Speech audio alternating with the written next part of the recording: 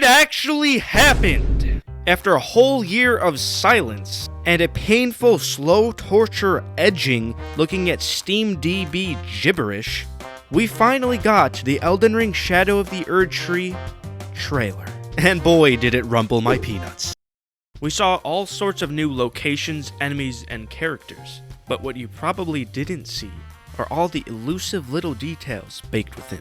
And what we got in store for you today just might surprise you. Okay, here we go. And we're starting off light with this one before we get into the thick and juicy stuff. The first detail we're going to go over pulls together something you definitely saw, with something you couldn't have possibly seen because it's not something you can see, but rather something you could hear. The opening scene shows the one and only Miquella trapped inside his sleeping cocoon, and we can see hanging out of it is his dead, burnt right hand, which is exactly how my right hand feels at approximately 3:02 and 30 seconds AM. A lot of people speculated prior to this trailer that this would be the entry point to the DLC, similar to previous FromSoftware DLCs which involved some sort of warping mechanism that took you to a new location. Miyazaki actually confirmed this in an interview after the trailer.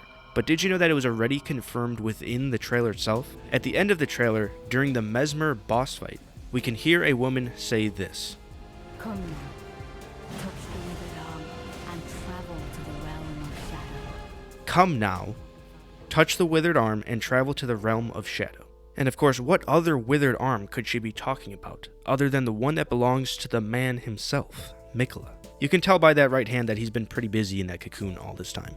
The next detail we got here is related to this shot right here. We see this purple cave covered in flowers with an NPC lying on the ground. You might have thought of this yourself, but this may be some sort of sleep cave that has subdued this NPC. But what we're interested in is actually the NPC's design. If we look close, we can see this character is wearing a white mask.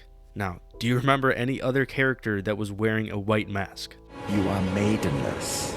That's right, it's this trash-talking loser, Vare. I don't think there is any other character in the entire game that wears a white mask. And now, for the first time, we're seeing a second white masked character.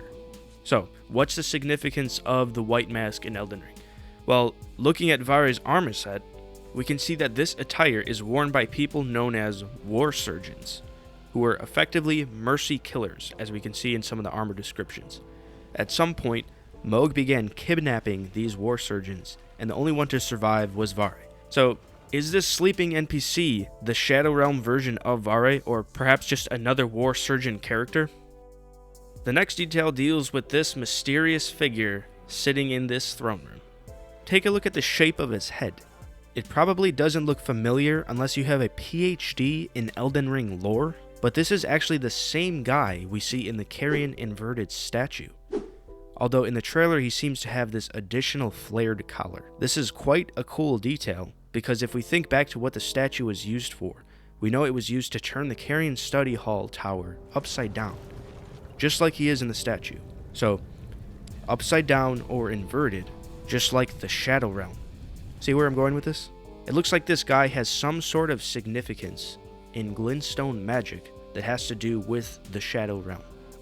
At some point in the trailer, we see this beautiful portrait, which is similar to the portraits we see in places like Volcano Manor and the Round Table Hold.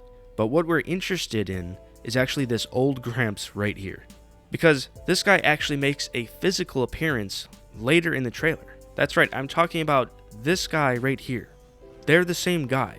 And we can tell this is true by this silver brooch he's wearing in both instances, which holds back the same yellow robes. By the way, this giant spine-like object that he's pulling out of his body kind of looks like a massive shard of the Elden Ring. Okay, so the next thing I got for you here is potentially massive, and has to do with this scene right here. We see this gorgeous castle up on top of this plateau, but what you may not have noticed is that this might actually be a location we've already been to. The location I'm talking about is Farum Azula. If we look closely, we can see here along the bridge leading up to the castle, these dark pine-like trees. These are the same trees that appear all over Farum Azula. Now, Farum Azula also has these trees with the reddish leaves. Well, that type of tree is present in this scene too, right in front of the camera. Okay, now let's move upwards a little bit. Not only does this architecture in the castle look very similar but we can see way in the back, enshrouded in shadow, this dome-shaped structure with a spire extended up from its center. This looks to be the same dome-shaped structure in Farum Azula, which holds the arena where we fight Malekith the Black Cock. And last but not least, we have all the way up at the top these crumbling pieces of debris just floating up into the sky, which could be suggesting that this version of Farum Azula will eventually meet the same fate as the one we're already familiar with. Now, if you're one of those people who had a difficult time with the fire giant, first, I don't know why. That boss was easy, but you might have had flashbacks during this scene, because there's this giant, fiery Wicker Man type boss, but what you might not have noticed is that he is actually filled to the brim with burning corpses. You could see them poking out all over the place from the boss's torso, as well as from the palm of his hand when he reaches towards the camera. And I called this boss a Wicker Man because he was definitely inspired by the Wicker Man myth, which also featured people being shoved inside and then burnt alive. Okay, when I first saw this scene flash across my screen, I got real excited, for obvious reasons. But what you probably missed is that this head-sucking tube monster actually has 4 eyes that it uses to stare down its prey while it gorges on the contents of their brain. Now, I mentioned gorging on the contents of their brain because this enemy reminds me of these annoying idiot sucker enemies in Bloodborne, which sucked on your head and stole your insight.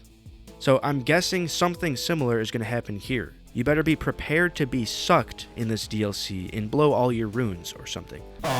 The most insane looking boss in this entire DLC trailer, in my opinion, is this lion boss. Or should I call it lion in disguise boss? If you look at this shot right here, the silhouette of this creature is extremely unnatural. It looks quite like one of those huge puppets which involves multiple people hidden inside who control different parts and limbs of the puppet's body. Well, the reason it looks like one of those things is because that's exactly what it is. If you look closely here, a hand reaches out and grabs the lion's jaw and controls its motion. Now, if that's not enough to sell you, take a look at this. The lion jumps up in the air, revealing underneath its red robes that there is in fact 2 people hidden inside. You can see here one dude is crouched on top of the other, and this right here definitely explains all the unnatural motions this boss has as well. I mean, look at the way his head just like rotates to the side while he jumps at you, and during this lightning flash move his head's just completely crooked. Like, it just looks so bizarre. And now here we are with the man in the spotlight, Messmer the Impaler, who looks like a femboy, and I want him to impale me. We can see right here that Messmer has red hair. This is a telltale sign that Messmer is a child of Radagon. We know Radagon and Marika, even though they're the same person, had the children Mikla and Melania. Throughout the game, we could find butterflies which clearly represent these 2 children. The nascent, I think it's called, is described as appearing as if it is just emerged from its cocoon for its entire life. In other words, it appears youthful at all times, just like Mikla. And now the areola butterfly is very clearly covered in scarlet rot, and the description mentions the goddess of rot, which is obviously Melania. But wait, there's a third butterfly, the smoldering butterfly, and it's kind of the odd one out, much like Messmer. We know Messmer is capable of using all sorts of flaming moves, and even mentions he wants you to burn in the embrace of his flame.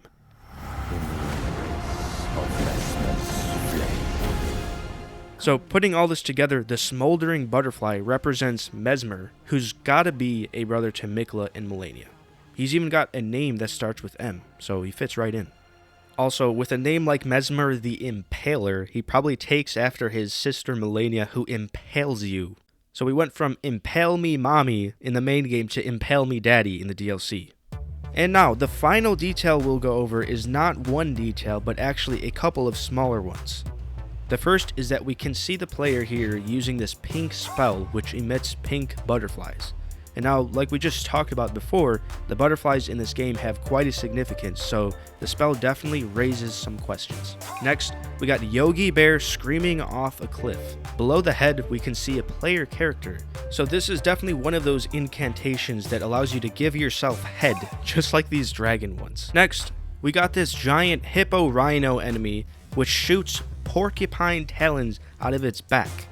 Now take a look at this image which was provided after the trailer, where we can see the player shooting the same talons out of its back. So I'm guessing here that killing one of these hippo bitches, or maybe it's just found by a beetle somewhere, you're going to be able to get one of these incantations to shoot cum out of your back.